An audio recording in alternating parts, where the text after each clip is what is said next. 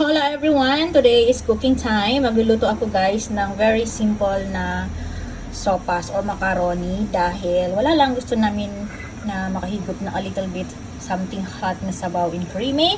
So I'm using this Del Monte elbow macaroni, not sponsored of course, and then of course Alaska, kunting red bell pepper, dahon ng onion dips, and a little bit of garlic, onion, and I'm using yung buto-buto ng manok like pakpak and lieg, and a little bit of chop suey kasi ayaw ng anak ko na maraming mga gulay-gulay, so konti lang.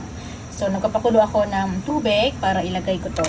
Kapag kasi hindi ito yung ginamit ko guys, yung tingi-tingi lang sa palengke, mabilis siya mag-overcook. Alam mo yun, yung medyo malapsa siya. That's why I'm using this one.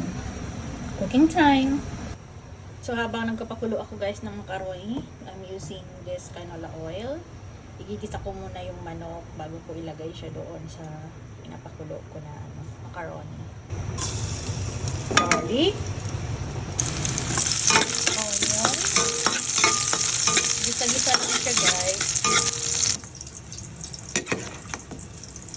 And then, ito yung na-marinate ko na buto-buto ng manok. Lagyan tayo ng salt black pepper. And a little bit of salsa. Gigisa lang siya.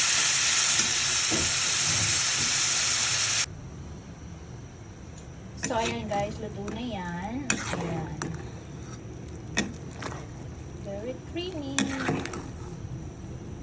Kain po.